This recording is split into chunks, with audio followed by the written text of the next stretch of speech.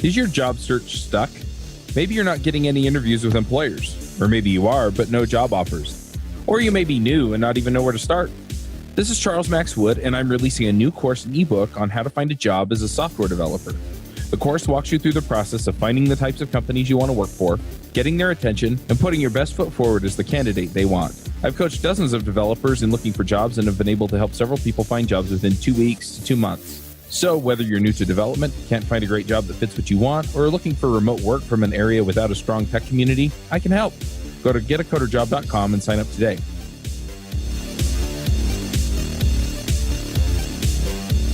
Hey everybody, and welcome to another My JavaScript Story. This week we're talking to Christine Legge. Christine, do you want to say hi? Hello. Now, you were on episode 328 of JavaScript Jabber. We talked about functional programming and Lambda. Do you want to just remind people who you are real quick, and then we'll jump in and talk about you? Sure. So I was on talking about Lambda. I had just started at that point, like maybe it was like 2 weeks in.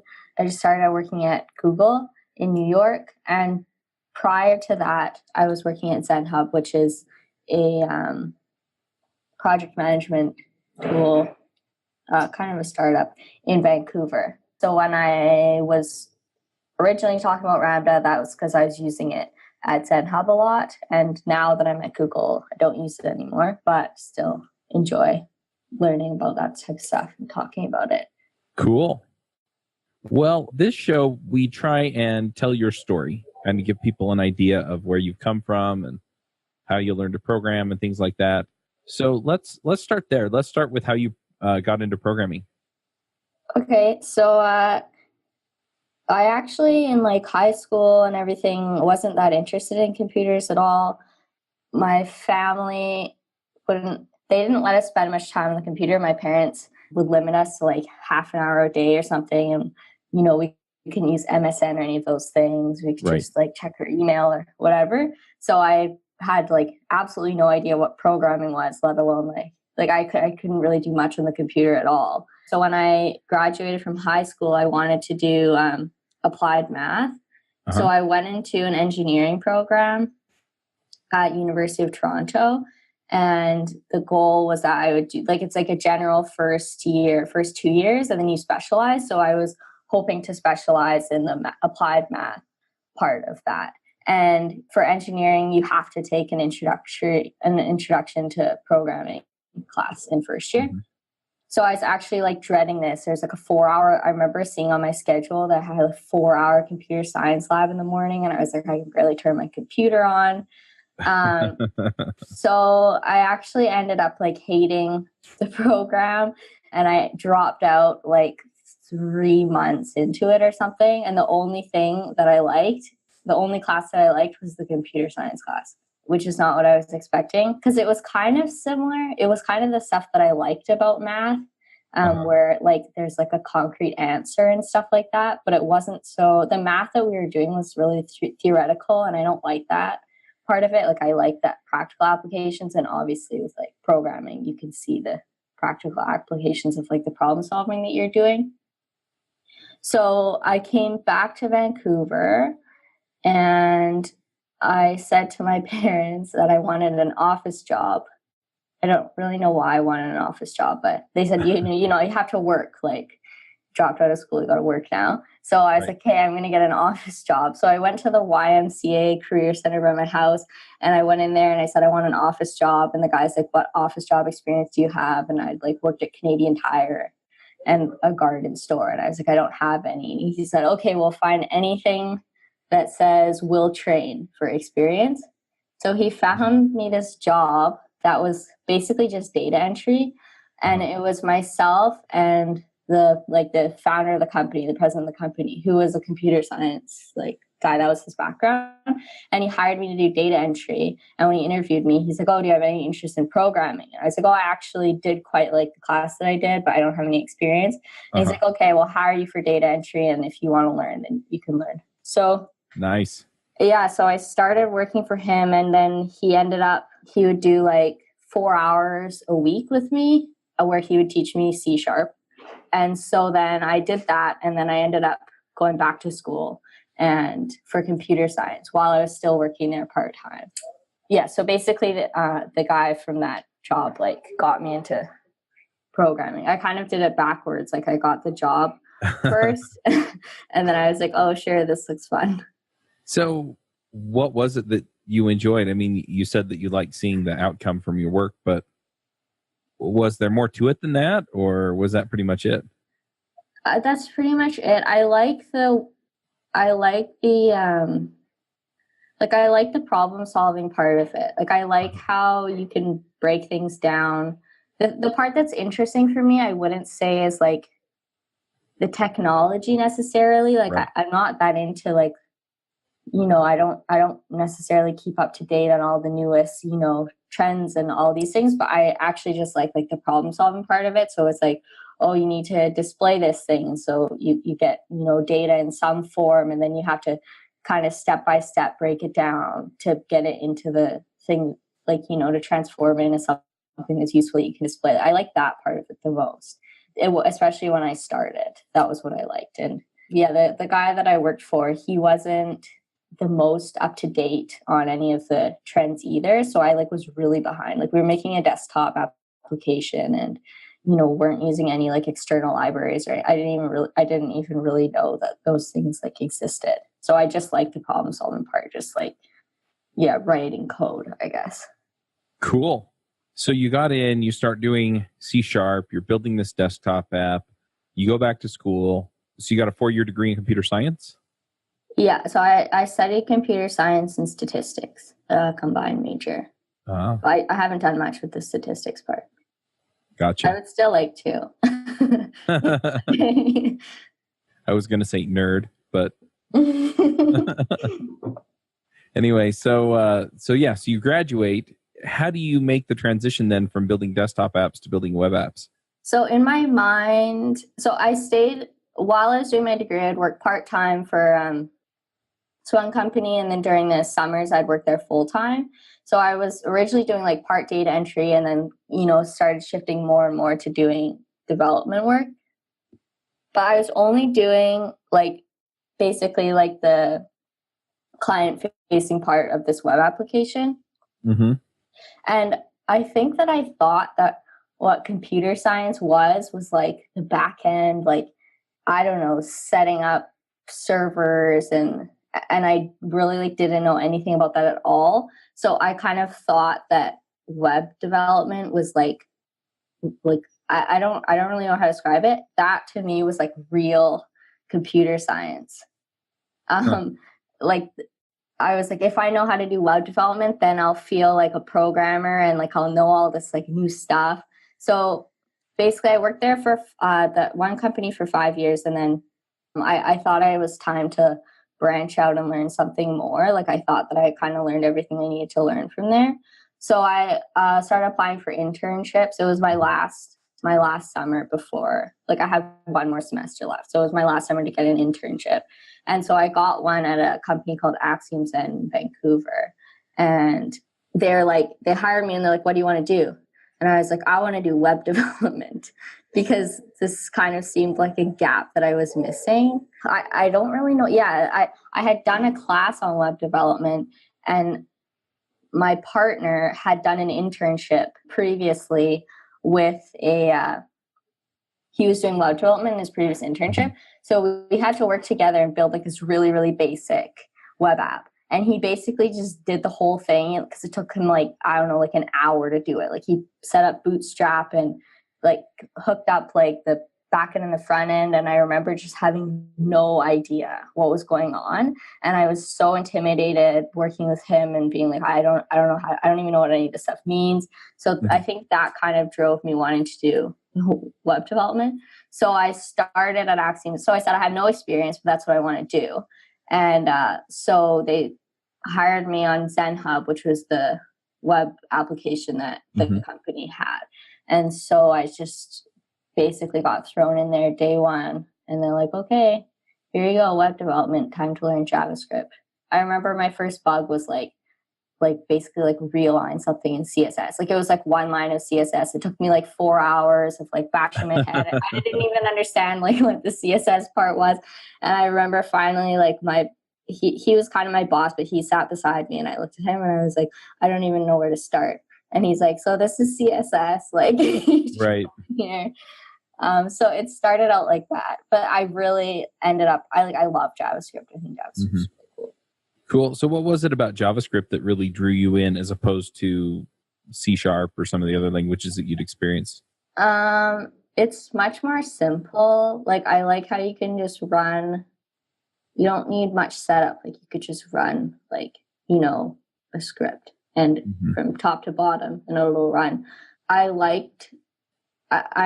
I'm currently working in TypeScript, and I used to like the lack of types in JavaScript, but now I like TypeScript even more. But anyways, I like how kind of free it is to do what you want.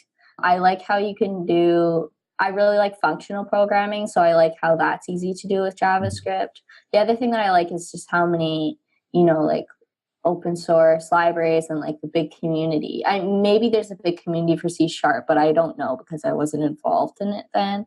But like there's just I think there's so many applications for it, and I really like how basically how flexible the language is. Like you can kind of follow whatever paradigm you want with JavaScript. So you can do object-oriented programming with JavaScript. You can do functional programming with JavaScript.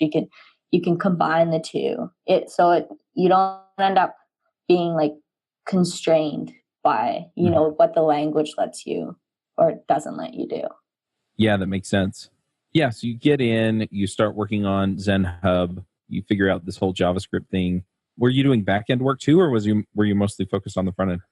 I was mostly focused on the front end. I don't really know how that started. I think a couple of the first things I started working on was front end, and I was involved in, we refactored the front end from Backbone to React right when I started. So I was like really involved in that. So then I ended up being like more of kind of a go-to person on the team for, React Redux questions versus the back. And the state of the back end was a bit crazy also. So there's a lot of, like tribal knowledge or whatever they call it, where you have to kind of know how the backend works, like right, in order to work on it. So our backend was Node though, so it was also JavaScript. Right. But I did a little bit of work on it, but not much. Cool. So what have you done in JavaScript that you're particularly proud of? I mean, I know you spoke at the conference and you've kind of been out there talking about Ramda. Are there other things that you've done that you're excited to share with us? I mean, to be honest, no. So my involvement with like Ramda and stuff was kind of my first introduction to like what you can do with like your computer science knowledge outside of just like work at a job and write code and stuff. So my mentor at my old office, Pablo, he was the one that really encouraged me to like, oh, you should. He wrote a book on D3, and he knew D3, but he basically got contact. He just kind of started, researching it a lot, and then eventually got contacted to write a book. And he's like, yeah, when I started writing the book, I didn't know anything about it. And to me, I kind of had thought that all these people that are experts, in my mind, they're just like experts forever. They were always experts, but everybody has to start somewhere. So that's what I was trying to do with those talks and stuff like that, and what I'm still trying to do. So it was a big move. I was focused on, for the last like 6-7 months, I've been focused on like moving. So I had the Google interview. I really wanted to move to New York. And so that consumed a lot of my time. So I was doing a lot of practice questions and stuff like that. And then I had to move. And so now that I'm back and settling in, I do really want to find, probably I won't stick with Ramda because I think that I learned what I wanted to learn from that and I'm not using it anymore. But I want to find a new technology that I'm working on or that's interesting to me in the open source community that I can kind of start, going deep into that and making like open source contributions and stuff. That's really interesting to me. And I think that's a cool part of computer science where you can make an impact like outside of your job really easily. Like it's super easy to just contribute to a library or learn about all these things. And so I don't have anything new that I've been working on. which is kind of unfortunate. I would like to, but that's definitely a goal for me in the next like couple months to get started on something new.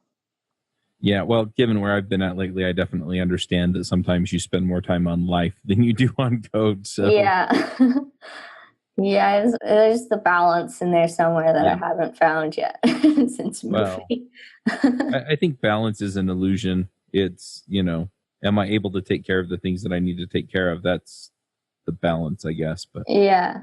Yeah, I think that though I was when I gave that talk at Developer Week, it was, I remember right before it was happening, like a couple hours before, and I was so stressed out and I was like, I'm never doing this again. Like this was, I can't do it again. I can't put myself through this. And then it was over. And then I was like, okay, like once a year, maybe I'll try and do it once a year. Because it's really, like I spent probably, I don't know, like a whole work week on the slides and, and on a demo and stuff. It was so much work and I was so stressed out. But it ended up being like really rewarding, and people, said they learned a lot from my talk and stuff like that, and people were really interested around us. So I was able to get people like excited. I was pretty proud of how that presentation turned out, and so I need to I want to do something like that again. Yeah. I hope that wasn't the peak for me. That would be unfortunate. No, it probably isn't. I mean, people. They have all kinds of experiences with stuff, and keep speaking, keep getting out there, because people are interested in different things, and you'll find different levels of payoff for different kinds of things. Yeah. So what you've been working on now mostly has just been moving and all that kind of stuff, right? Yeah. Are there particular areas that you're looking forward to diving back into? Yeah, so I have been learning. So the project I'm working on right now, we're using TypeScript, which I mentioned, and Angular, like Angular 2, or like the newest Angular. Right. And RxJS, which is like a reactive programming library. So Angular is like very interesting to me. And the thing that is particularly interesting that I think like I kind of have thought of, like very high level thought about like trying to dive into, is the dependency injection in Angular. That's like a thing that people that use Angular are always like, what is this? Like, what is going on here? I think that's like kind of a confusing part of Angular for a lot of users. When I started reading about it at first, that was what I like remember taking away, being like, they use this weird dependency injection, but like other than that, it's easy to use. But the dependency injection is it's kind of similar to how people work at Google. So I feel like with that knowledge, and then learning Angular for the first time, that I could try and get a good perspective on being able to explain dependency injection in a more straightforward way. So I'm kind of thinking about that as a potential thing to really like go deep into. And then TypeScript, like I really like TypeScript. We use TypeScript and I'm using VS Code, and then combined you get like the IDE is really nice. So like when you can hover over something and see what type it's supposed to return, it just actually makes my life so much easier. I never thought that it would.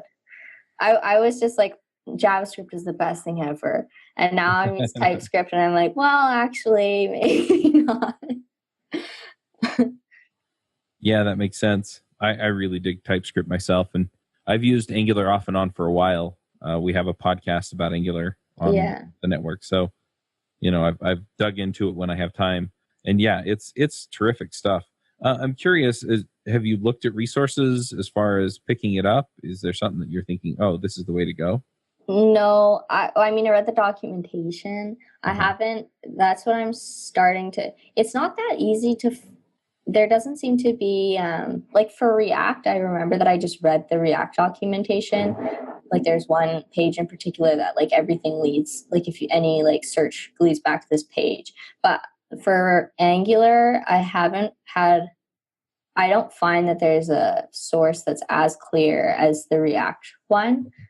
Like I have difficulty finding like stuff about the templates. There's a lot of like keywords and stuff like that that I find that there's not really like, I haven't really found a central source that actually talks about all the keywords that you can use.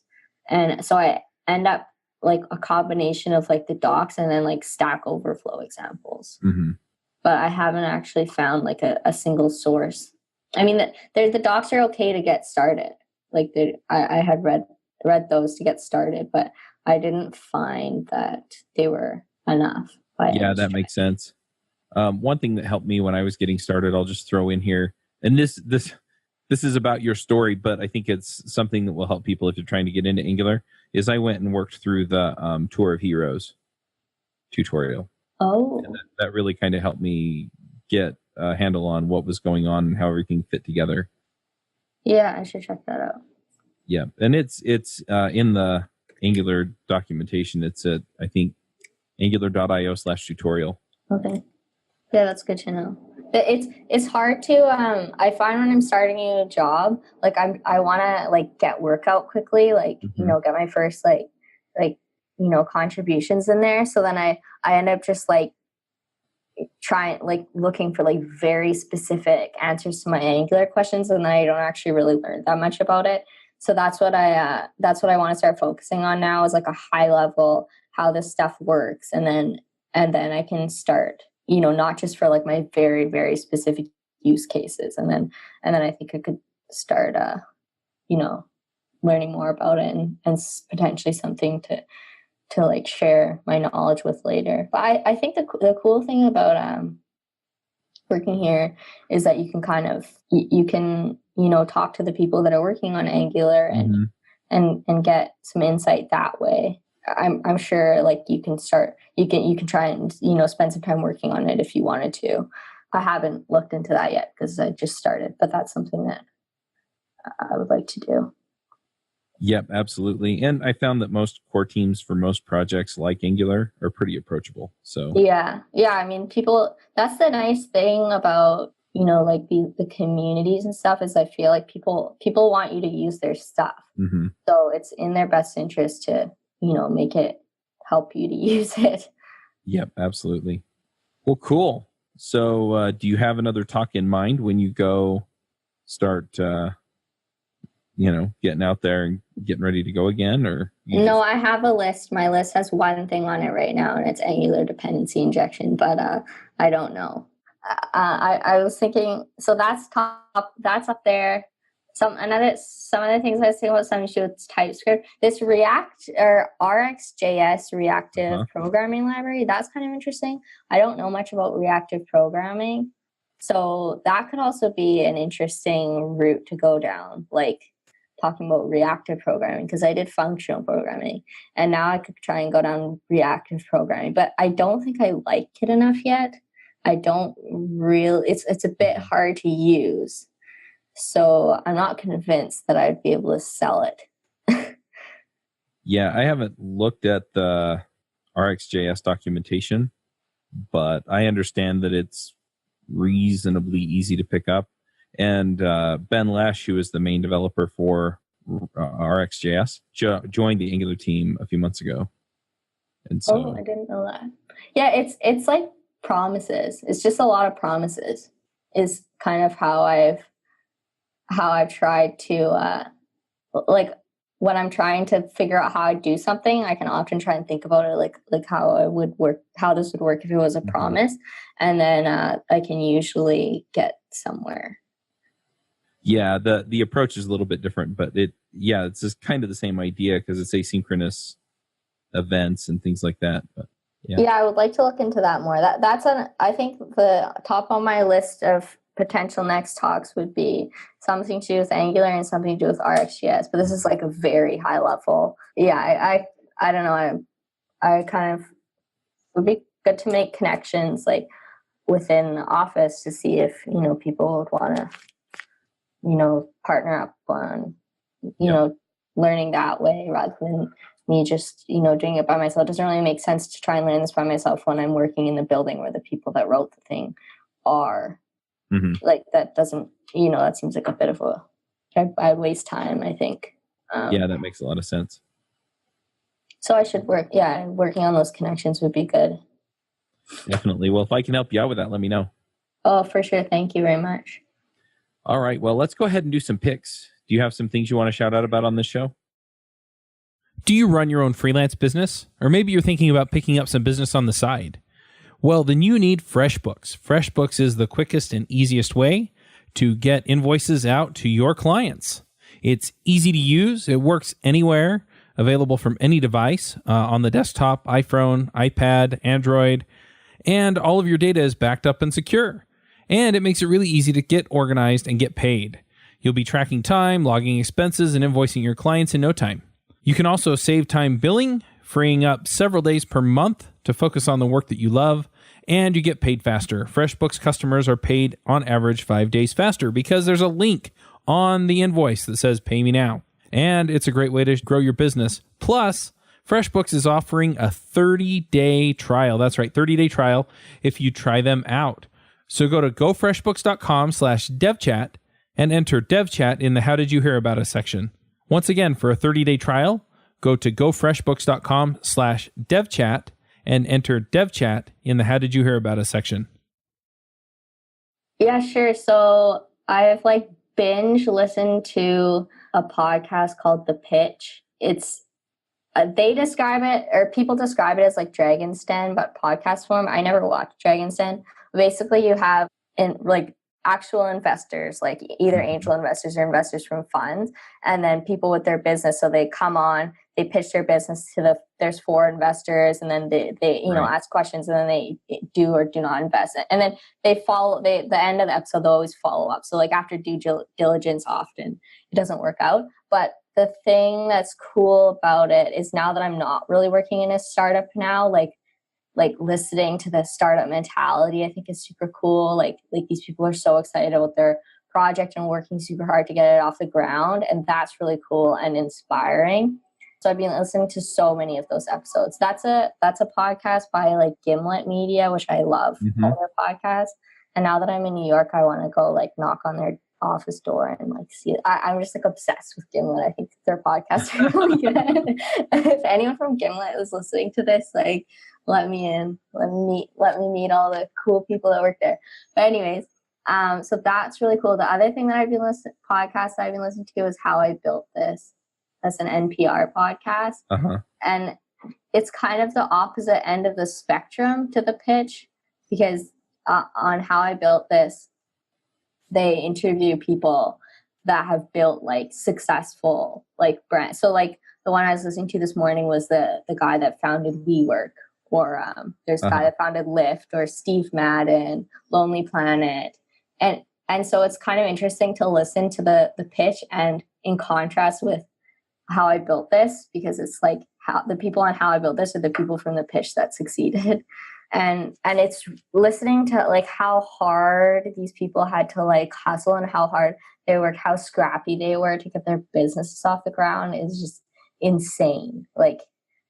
I have so much admiration for those people, and it is really inspiring, I feel for me to just awesome. Yeah, so that's really, I love those podcasts right now. Yeah, it sounds like Shark Tank a little bit. I've never seen it, so I don't know. But I think that's the idea. Makes sense. Yeah. I've been going through some of the startup life, so I get some of that. But yeah, it sounds interesting. I might have to pick some of those up. Yeah, there's Gimlet also makes one called Startup. That's good too. Yeah, I remember when Gimlet split off from NPR. I can't remember the founder's name, but he was an NPR person. Alex Bloomberg. Yep. And he kind of went off and did his own thing. Yeah, it sounds like it's successful.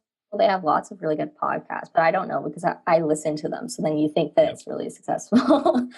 Yeah, well, they're still in business, so. Yeah. Awesome. Well, I'm going to jump in here with a few picks. So yeah, I've really been enjoying Visual Studio Code. You mentioned that on the show. Yeah. I just went through a minor issue with it where I upgraded my machine to Mac OS Mojave. I'm on the beta of Mojave because it's not out yet. It'll come out before this goes live, so people are going to be like, "What? You're still on the beta?" No, I'm not still on the beta when it goes live, when it comes out live. But I had reasons for upgrading, and so I did. And it couldn't find Git, and so I had to upgrade my Xcode command line tools. and then it worked. Oh, interesting.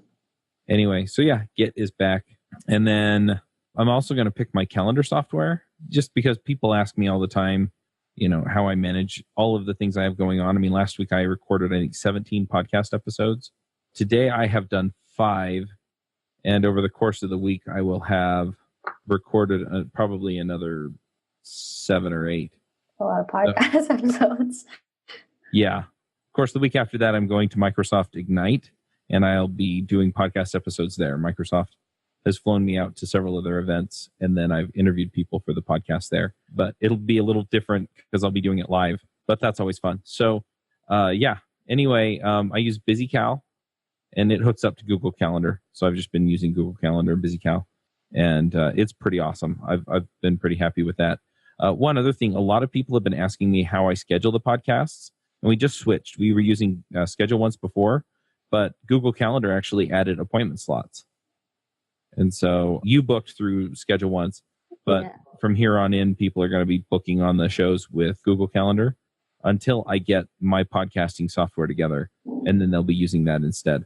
So anyway, it's a feature. You just set up an appointment on your calendar, and then you tell it that it's appointment slots instead of event. And then it'll ask you how many appointments you want in there, and it just kind of runs. So it's been pretty cool. What does the BusyCal do that Calendar doesn't do? Well, it's a local app, and the view on the week is just a little bit easier to deal with.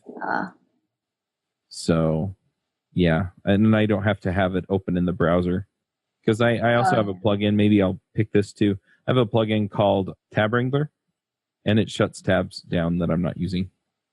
And so I'd have to open up the calendar whenever I wanted it instead of just going to the screen that it's on and then using the Mac OS, I forget what they call it, but it's the different views. So you hit Control right or left because I have my calendar full screened, and it'll just bring it over so I can see it. So yeah, when I'm canceling or rescheduling, I usually do it through the web app because it gives me the chance to give people a reason for why I'm canceling or moving stuff. And BusyCal doesn't have that feature yet, but just looking at the calendar, it's really nice because it just pulls it in and lets me see what's going on. So cool. Anyway, those are my picks. If people want to find you online, where do they go? GitHub is Legge, CHR, LEGGECHR. Same with Twitter. I'm not very active though. Okay. But those are the places to go. I'll like, if people send me messages and stuff on Twitter, I'll get them, but I just don't post. Basically. So yeah, that's the maybe I should start posting. I like Twitter. I'm kind of a Twitter fan, but I haven't started using it yet.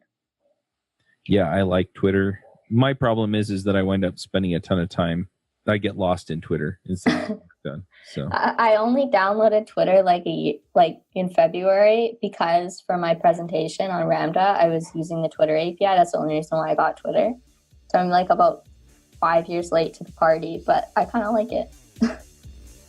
Nice. All right. Well, I'm going to go ahead and end the episode, but thank you for coming. Thank you. I really appreciate it.